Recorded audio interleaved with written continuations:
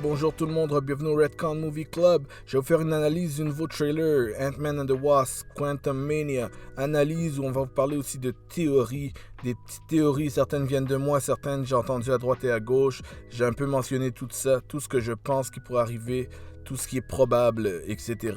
Premièrement, dans ce trailer-là, je peux faire un shot by shot. J'ai juste parlé de tout ce que je vois. Ce que je pense qu'on va avoir dans ce film, c'est que ce qui a l'air d'arriver, c'est que ça va encore être un film avec un vol, un heist. Tous les films de Ant-Man sont basés sur un heist parce que Scott Lang est un voleur. Alors, je crois qu'on va voir la même chose. Il va devoir voler quelque chose pour Kang.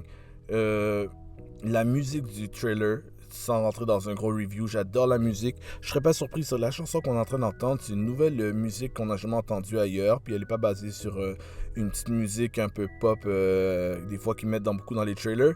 Je serais pas surpris si cette chanson est une nouvelle composition, pas juste pour le film, mais ça pourrait être le thème de Kang, puisque Kang est un personnage qui va revenir beaucoup. C'est le méchant de cette phase. Kang est probablement coincé dans le Quantum Realm.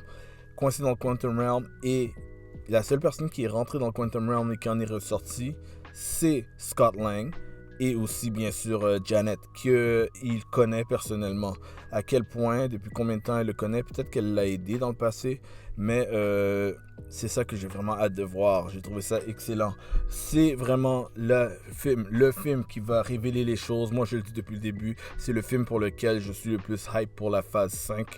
Et ça va être beaucoup plus gros que le monde pense. Ça va révéler des informations. On va enfin connecter des choses. Quand Kevin Feige nous parlait que les choses allaient connecter ensemble, c'est un film comme celui-là qui va nous le montrer. Voilà les premiers Easter eggs qu'on peut parler tout de suite. Les rings. On voit des rings à l'intérieur du film. Je vous montre les images à l'instant. Les rings qui sont en train de monter un peu partout. On dirait que c'est la ville de Kang. La ville de Kang dans les bandes dessinées s'appelle Chronopolis. On dirait que c'est ça. On dirait qu'il a sa propre armée. Et il parle aussi déjà de le début d'une dynastie. Le prochain film d'Avengers va s'appeler Avengers Kang Dynasty. Alors on va peut-être voir beaucoup son rise, comment il va sortir. Parce que ce qu'il veut en ce moment, c'est qu'il est coincé dans le Quantum Realm. Il veut sortir, parce qu'à partir du moment où il est sorti, lui, il peut se promener dans le multiverse. Alors c'est vraiment ça qu'il essaye de faire, sortir dans le multiverse pour take over. Et il a besoin de l'aide de, bien sûr, Scott Lang pour le faire. Bien sûr, là on voit MODOK. MODOK qui est présent dans le film. MODOK, si vous regardez bien, vous allez voir que c'est Aaron Cross qui est le bad guy de Ant-Man 1, a.k.a. Yellow Jacket. Alors, Aaron Cross, à la fin, aurait été réduit. On pensait qu'il était réduit, éliminé. Mais on voit bien qu'il a été réduit au niveau d'aller dans le Quantum Realm.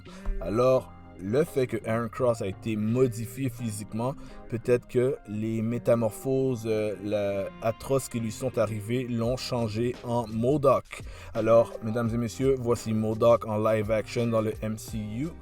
Et ce sera pas la même origine que la bande dessinée, mais c'est une raison logique pour laquelle on aurait maintenant MODOK à l'écran. On a Scott, accompagné de plusieurs Scott, plusieurs Ant-Man. Moi, ce que je pense qui se passe, c'est que là, on est dans le Quantum Realm. Un truc qui est particulier avec le Quantum Realm, c'est la place qu'on passe par pour pouvoir voyager dans le temps. On rentre par le Quantum Realm, on ressort à une autre époque. C'est exactement ce que Scott a trouvé comme technique et l'a montré aux Avengers dans Avengers Endgame. Là, ce qu'il faut comprendre, c'est que le Quantum Realm n'est pas affecté par le temps de la même façon. Ou peut-être pas du tout. On n'est pas sûr de tous les détails du Quantum Realm. Mais s'il n'est pas affecté par le temps, le concept qu'on a dans notre univers, c'est que quand on fait un choix important, ça crée deux univers parallèles. La direction qu'on a choisie, celle qu'on n'aurait pas choisie, ça split et ça crée des alternate universe. C'est comme ça que le multiverse se crée, c'est comme ça que les choses évoluent. Dans le Quantum Realm, mon hypothèse, c'est que si on fait un choix différent, on voit l'autre version tout de suite devant nous parce qu'il n'y a pas d'univers parallèle, il n'y a pas de parallèle au Quantum Realm. Tout se passe au même moment, tout en même temps. Alors, ça pourrait être une explication de pourquoi on voit Scott qui se multiplie. Et j'imagine que son heist nécessite lui et d'autres lui pour qu'ils travaillent ensemble. Travailler ensemble, à un moment donné, on le voit comme quoi? Comme une colonie de fourmis. Ils travaillent ensemble, ils font un petit bridge, ils font un petit pont, comme les fourmis font des ponts ensemble pour pouvoir arriver à leur fin. Un truc très connu chez les fourmis. Ensuite de ça, on voit que si on retourne à l'origine de la première fois qu'on a vu Kang dans la série de Loki saison 1, on a vu une version de Kang qui était He Who Remains. He Who Remains est comme le plus ancien ou un des plus anciens. Il essaie de contrôler le temps pour pas que Multiversal War arrive. Et les autres versions, on commence à les voir. Ce Kang qu'on va voir dans ce film, je crois sincèrement que ça va être le Kang du film. Kang Dynasty et le Kang de Secret Wars, le principal. On va sûrement en voir d'autres. Ce Kang-là qu'on va voir dans Secret Wars a une multitude d'aventures de vie. Il a vécu à plusieurs époques. Il a voyagé probablement dans le multiverse. Il a probablement fait plusieurs Multiversal Wars. Son apprentissage est énorme. Il a affronté les Avengers encore et encore. Nous, on le rencontre pour la première fois et les Avengers, on le rencontre pour la première fois. Mais dans les millénaires et milliards d'années qu'il a vécu, il les a vus à maintes reprises, de différentes versions de eux. On va apprendre à le découvrir, mais c'est vraiment son vécu. Là, le truc, c'est que chaque fois qu'il va dans une époque, il apprend des choses. Kang, comme dans la bande dessinée, passe de plusieurs époques. Il vient du futur, il va dans le passé, il peut vivre des centaines d'années dans une époque, après il retourne dans le futur. Donc, il peut être très ancien et avoir un paquet d'apprentissages. Il peut être Ramatot, qui est un pharaon égyptien très important, lié à Apocalypse. Il y a beaucoup d'éléments qui pourraient nous montrer, ils ne sont pas obligés de tout respecter. Mais l'importance, moi je pense, c'est qu'à la fin de ce film-là, il va probablement s'échapper du Quantum Realm. Ça va finir dans le sens que le bad guy s'enfuit. La prochaine fois qu'on va le voir, ce sera peut-être dans un autre film, ou peut-être dans Avengers Kang Dynasty. Peut-être que pour les personnages, ce sera un an sera écoulé, quelques mois sera écoulé, mais peut-être que lui, ce sera des millénaires entre les deux événements où il aura appris un paquet d'affaires encore. Il aura juste encore une fois évolué. Fait que si on le voit dangereux maintenant, on n'a même pas encore vu sa version finale. Maintenant, sa version finale, c'est ça que j'ai extrêmement hâte de voir parce qu'il a déjà l'air très dangereux en ce moment. Le truc aussi, c'est que Kang a laissé plusieurs choses passer à force de voyager dans le temps et à force de contrôler des éléments du temps. Il y a des choses qui devaient se passer dans le temps. La première chose qui devait se passer, c'est que tous les éléments avec Thanos, tous les éléments qu'on a vus jusqu'à maintenant devaient arriver. Pourquoi ils devaient arriver? Parce qu'il aurait pu aller dans le passé et éliminer les Avengers il y a longtemps. Mais non, il ne pouvait pas. La raison pourquoi il devait absolument laisser les choses passer, c'est que Kang vient du 31e siècle. C'est un scientifique, c'est un être humain. C'est un humain qui vient de notre univers. Il a juste tellement fait de voyages qu'il est rendu à un autre level. On dirait que c'est plus qu'un surhomme. Il est comme un dieu, mais pour de vrai, c'est un être humain. Il y a des éléments qu'il a utilisés, comme premièrement le voyage dans le temps. Qui a inventé le voyage dans le temps? Scott Lang, suivi de Tony Stark. Donc, les éléments de Endgame devaient arriver pour créer Kang. Pas créer Kang, mais créer le Kang qu'on connaît. Ensuite, on a d'autres éléments qui sont arrivés aussi qui sont importants. Scott, encore une fois, est la personne qui a réussi à voyager dans le Quantum Realm. Et bien sûr, si Kang est là, il y a des bonnes chances qu'il a su comment aller dans le Quantum Realm. C'est toutes des choses qui sont arrivées dans le passé, créées par d'autres personnes, puisque lui, il vient du futur. Il a sûrement étudié les Avengers, des gros éléments du passé pour pouvoir faire ces éléments-là.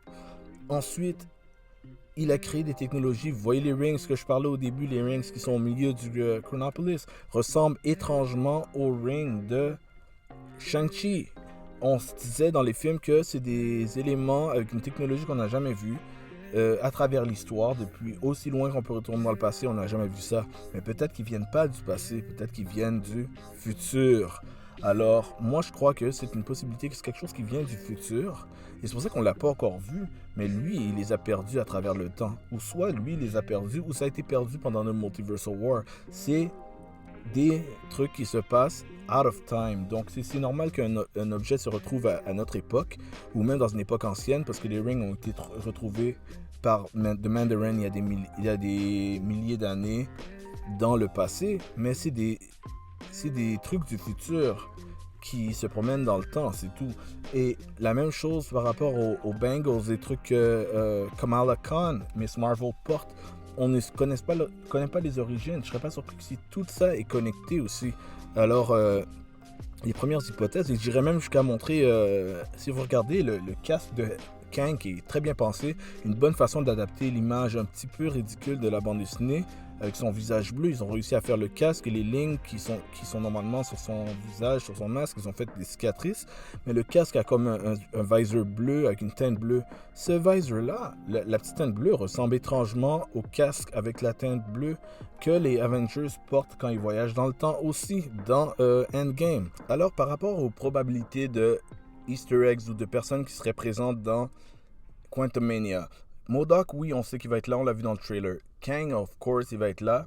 Maintenant, est-ce qu'on va avoir plus qu'une version de Kang? Je serais pas surpris qu'on voit peut-être un autre variant. Ce serait peut-être une belle surprise de voir un autre variant juste pour introduire au monde qui ne regarde pas vraiment les séries, de les introduire au concept de variant pour montrer qu'il y en a plus qu'un au cinéma parce qu'on ne l'a pas encore vu. Kang, techniquement, on l'a juste vu dans Loki pour l'instant. Alors, sinon, à part ça, il y a des gens qui parlent beaucoup de la possibilité des Fantastic Four. Je crois sincèrement pas qu'on va voir les Fantastic Four, mais je m'attends peut-être à un gros Easter egg. Déjà que le réalisateur était un gros fan des Fantastic Four et aurait aimé le réaliser, il fut un temps. Je crois qu'on va peut-être voir des indices de ce que les Fantastic Four font, où ils sont, qui ils sont, peut-être une mention en nom, soit de eux ou de leur compagnie, le Baxter Building, peu importe, quelque chose pour connectés parce qu'ils sont très impliqués par rapport à tout ce qui est multiverse, tout ce qui est quantum related. Il y a une grosse rumeur qu'il y a un acteur qui a été cast pour jouer une scène plus tard qui serait l'acteur qui jouerait Quasar. Quasar est méconnu du public général, bien sûr, il a jamais été dans la MCU, ça a jamais été une tête d'affiche, mais il est connu dans le comic. Je crois que Quasar est une très bonne possibilité pour la simple raison que Quasar deal directement avec le quantum, son énergie. C'est du quantum, alors je crois que c'est le bon moment pour le rentrer. Si on veut le rentrer, c'est un très bon film pour introduire l'idée de Quasar ou bien présenter le personnage juste comme à peine ses débuts. Je crois que Quasar, définitivement, c'est quelqu'un qu'on peut regarder comme une option. Ceux qui ne le connaissent pas, on pourra faire des vidéos pour le détailler. Vous pouvez aller Google ça, bien sûr. Ensuite, est-ce qu'on va voir quelqu'un comme Doctor Doom? Je crois pas. Je crois que comme les Fantastic Four, il pourrait avoir des concepts, des idées d'indices qu'il existe. Ça pourrait marcher, mais je crois pas que c'est une nécessité. Je crois que n'importe quand, le personnage comme Victor Von Doom pourrait rentrer dans la MCU. Il rentre facilement dans à peu près tous les types d'histoires.